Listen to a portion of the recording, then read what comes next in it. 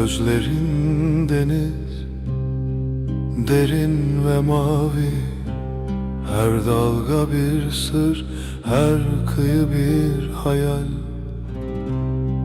Gecenin yıldızları parıldar havada. Senin gülüşünle aydınlanır her hal. Rüzgarın fısıldar eski masalları.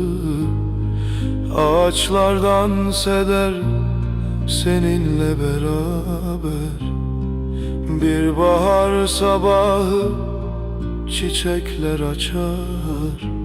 Kalbimde sevdan aydınlanır her hal.